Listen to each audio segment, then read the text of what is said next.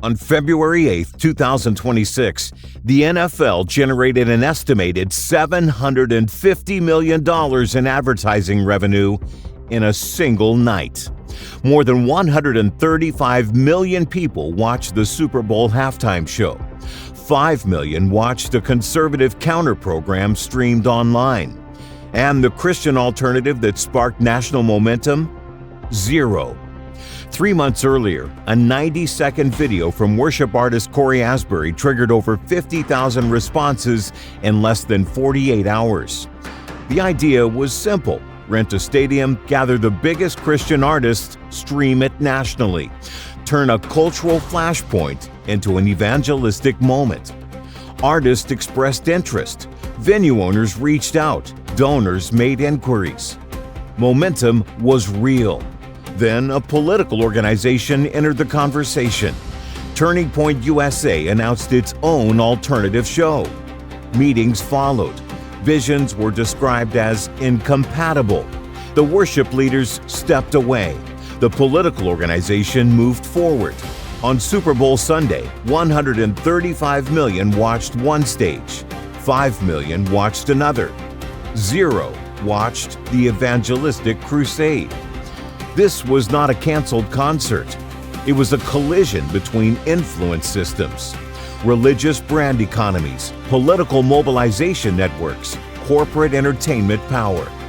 And a phrase that surfaced repeatedly in the fallout: don't mix faith and politics. The phrase sounds moral, but the history is legal and the enforcement is economic.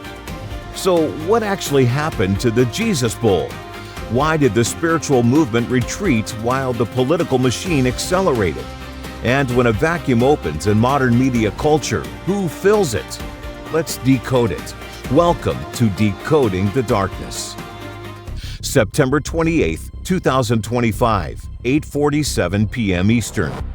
NBC's Sunday Night Football cuts to a promotional package. Bad Bunny will headline Super Bowl 60. 90.5 million monthly Spotify listeners, over $435 million in prior tour revenue. Latin music is the fastest growing global streaming category. For the NFL and Apple Music, the decision isn't cultural, it's strategic expansion. Advertising inventory is already sold. Corporate contracts are locked. Revenue projections exceed $750 million. Backlash trends within hours. President Trump tells Newsmax that he has never heard of him. House Speaker Mike Johnson calls it a terrible decision. A Change.org petition demanding a replacement surpassed 127,000 signatures in 5 days. The NFL does not respond. It doesn't need to. The machine is already paid. October 5th, 7 days later, Corey Asbury posts a 90-second video. What if we did an alternative, family-friendly halftime show? No outrage, no protest, no counterattack. Just an idea. Rent a stadium, gather major Christian artists, stream it simultaneously. Call people to Jesus. Within 48 hours, more than 50,000 comments flood the post. Forrest Frank responds. Phil Wickham signals interest. Colton Dixon, Natalie Grant, Kane. Candace Cameron Burr shares it to 5.2 million followers. The response scales horizontally. Audience first, artist second. Structure nowhere. No incorporated entity, no production contracts, no underwriting agreements, no broadcast partner, just momentum and enthusiasm. Asbury calls it the Jesus Bowl. He compared it to a Billy Graham crusade. National stage, altar call, mass evangelism. But momentum without structure is volatility. And the timing matters, because conservative media infrastructure is already activated. Fox News frames the halftime show as cultural decline. Newsmax amplifies the controversy. Influencers prime their audiences. The outrage ecosystem is online and organized. October 9th, 4 days after the Jesus Bowl goes viral, Turning Point USA announces its own alternative halftime show. No artists confirmed, no venue disclosed. But unlike the Jesus Bowl, TPUSA has machinery. 4.8 million combined social followers, established donor pipelines, event production teams, legal infrastructure, fundraising systems built specifically for cultural flashpoints. Organic movements scale through enthusiasm. Institutions scale through contracts. When the two collide, contracts usually win. By mid-November, the Jesus Bowl pauses. TPUSA accelerates. The NFL never slows down. 3 systems, 3 speeds: momentum, mobilization, machinery. Only one of them was engineered for collision.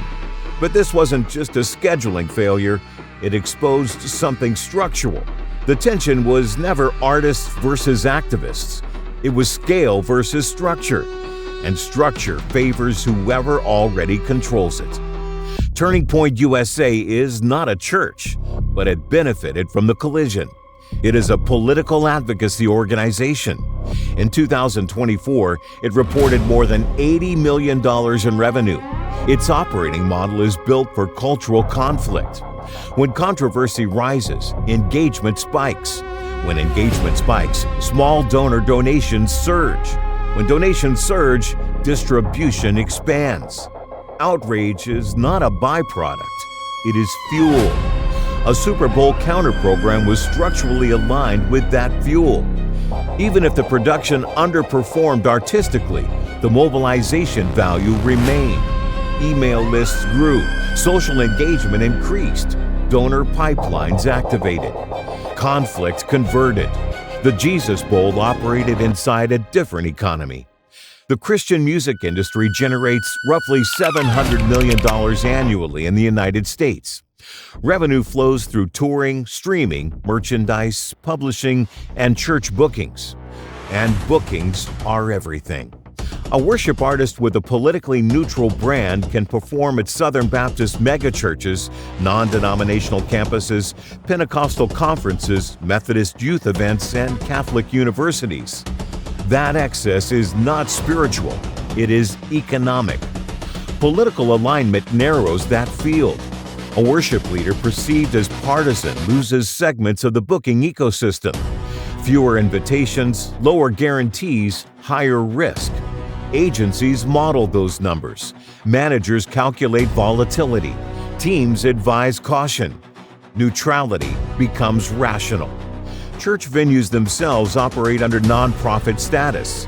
Tax-exempt classification brings financial stability. It also brings compliance pressure. Endorsing candidates risks scrutiny.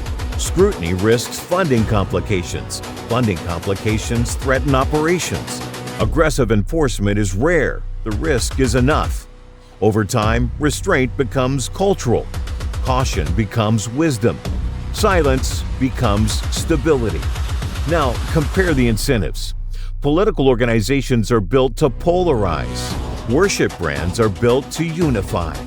Polarization increases loyalty. Unity preserves access. The incentives are not symmetrical. There is another layer: distribution. The NFL controls broadcast contracts reaching over 100 million households. Turning Point USA controls direct-to-audience streaming infrastructure. The Jesus Bowl controlled neither. Without contracts, there is no stage. Without underwriting, there is no production. Without legal structure, there is no scale. Momentum feels powerful. Infrastructure is powerful. And infrastructure decides who gets heard. This is why one organization could announce an event 4 days after a viral video and execute it within months. This is why another movement required contracts it did not have. This wasn't about theology, it was about structure. And behind the structure sits a deeper assumption, an assumption repeated for decades. Don't mix faith and politics. It sounds moral, but its influence is enforced economically. And that enforcement shaped the decision long before anyone walked away. Because when scale depends on stability and stability depends on neutrality, withdrawal begins to look like integrity. But neutrality in a mobilized environment has consequences, and those consequences become visible when the cameras turn on. That pressure did not appear overnight. It was built slowly. The phrase appears nowhere in the Constitution, not in the First Amendment, not in the Bill of Rights: separation of church and state. The First Amendment says Congress cannot establish a state religion, and it cannot prohibit free exercise. That's it. The phrase that reshaped modern Christian engagement came from a letter. January 1st, 1802. Thomas Jefferson writes to the Danbury Baptists. They're worried that the federal government might interfere with their worship. Jefferson reassures them. He describes the First Amendment as building a wall of separation between church and state. In context, the barrier protects the church from the state, not the state from the church. For 145 years, no one panicked about pastors influencing politics. Churches led abolition movements, religious coalitions pushed prohibition, ministers endorsed candidates publicly. No amendment stopped it, no national crisis followed. Then the direction changed. 1947, Everson versus Board of Education. Justice Hugo Black quotes Jefferson's letter. But this time, the emphasis shifts. The First Amendment has erected a wall between church and state. That wall must be kept high and impregnable. No constitutional amendment, no public referendum, just a metaphor reversed. What once protected churches from government interference now protects government from religious influence. A quiet pivot, but a permanent one. 7 years later, another lever locks into place. 1954, Senator Lyndon B. Johnson adds language to the tax code. Section 501c3 bans nonprofits from backing political candidates. It passes quietly, framed as administrative housekeeping. But the impact is massive. Lose tax-exempt status and the financial model changes overnight. Property taxes appear, donations lose deductibility, operational costs rise fast.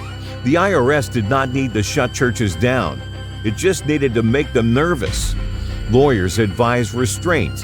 Denominational boards recommend neutrality. Insurance carriers flag risk. Over time, caution becomes culture. By the 1980s, media reinforced the shift. News coverage describes religious political engagement as violating separation of church and state. Universities teach it as settled constitutional fact. Multiple generations grow up believing the phrase is written into the founding documents. It isn't. It is judicial interpretation reinforced by financial liability. And once perception hardens, behavior follows.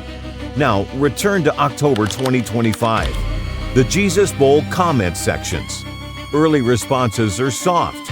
Lift up the name of Jesus. Worship together as families. Call people to salvation. Invitation language. Then, political infrastructure enters the conversation. The tone changes. Show the NFL what real America looks like. Take back our culture. Make a statement. The temperature rises. This isn't random, it's platform economics.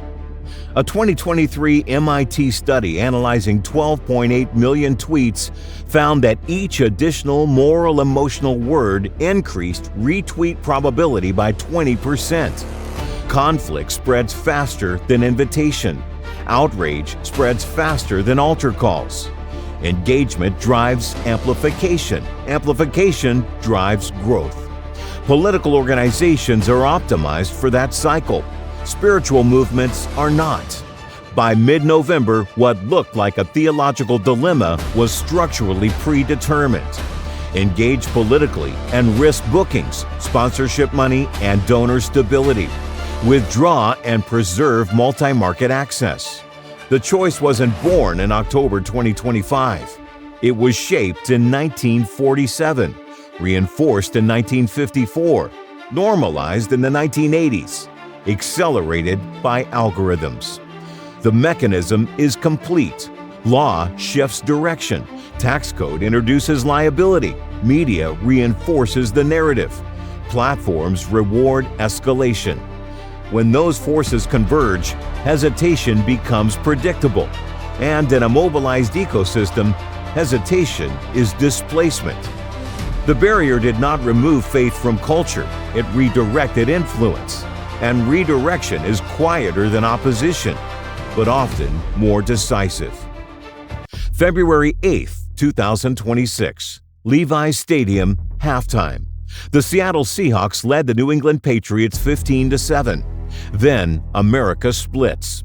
On NBC and Peacock, 135 million people watched Bad Bunny take the stage. He opens with Titi Me Pregunto. The field transforms into a Puerto Rican streetscape. Palm trees, domino tables, street vendors. Lady Gaga joins. Ricky Martin appears. Bad Bunny climbs an electrical pole, referencing Puerto Rico's power grid failures. He names countries across the Americas. Together, we are America. The show ends with a message on the screen. The only thing more powerful than hate is love. Preliminary Nielsen data, 135.4 million viewers. If confirmed, the most watched halftime show in Super Bowl history. At the same time, 5.2 million viewers tune into Turning Point USA's All-American Halftime Show. Streamed across YouTube, Rumble, and conservative media platforms. Kid Rock headlines. Brantley Gilbert performs in a God Family Country shirt. Lee Brice honors the late Charlie Kirk. American flags dominate the stage. The broadcast closes with 2 words: get involved. A call to political action. For a live stream competing against the NFL's billion-dollar production machine, 5 million viewers is significant. But here is the fracture. For the largest live audience in America media, the spiritual response was absent. 135 million watched cultural celebration. 5 million watched patriotic mobilization. 0 watched an evangelistic alternative. No gospel, no altar call, no invitation. The Jesus Bowl, the event that generates tens of thousands of responses in 48 hours, left no measurable imprint on Super Bowl Sunday. Not because interest was missing, because structure collapsed. Some of the 5 million viewers expected worship. They received country music. Comment sections asked, "Where's the gospel? Is there going to be prayer?" Demand existed, supply shifted. 3 audiences, 3 narratives, no unified spiritual response. The absence became quantifiable. 135 million, 5 million, 0. The largest cultural platform of the year, a political counter-platform, and a spiritual platform that dissolved before launch. When vision scales faster than infrastructure, collapse follows. And when collapse happens, vacuum appears. In media economics, vacuum is not neutral. It is filled. The stage was empty, and emptiness at scale is measurable. The Super Bowl was not the anomaly. It was a case study. Entertainment optimizes for reach. Politics optimizes for mobilization. Religion optimizes for trust. Those systems do not scale the same way. Entertainment integrates and expands globally. Politics divides and activates quickly. Religion stabilizes and protects cohesion. When they collide, something bends. Influence expands with integration. Purity expands with isolation. The Jesus Bowl chose isolation. Turning Point chose integration. The NFL chose expansion. 135 million, 5 million, 0. Momentum is emotional. Infrastructure is contractual. Contracts win. If influence follows attention and attention follows distribution, whoever controls distribution shapes formation. The NFL controls broadcast distribution. Political organizations control mobilization pipelines. Religious movements, unless institutionally built, borrow distribution. Borrowed distribution disappears when pressure rises. That is not suppression, it is gravity. Right now, as you watch this, the next cultural collision is already forming. The infrastructure is already in place. The incentives have not changed. If every viral spiritual moment collapses under structural pressure, the audience learns where to look next time. If every cultural flashpoint ends with retreat, fragmentation compounds. The system did not silence the Jesus Bowl, it absorbed the moment around it. And absorption is more powerful than opposition.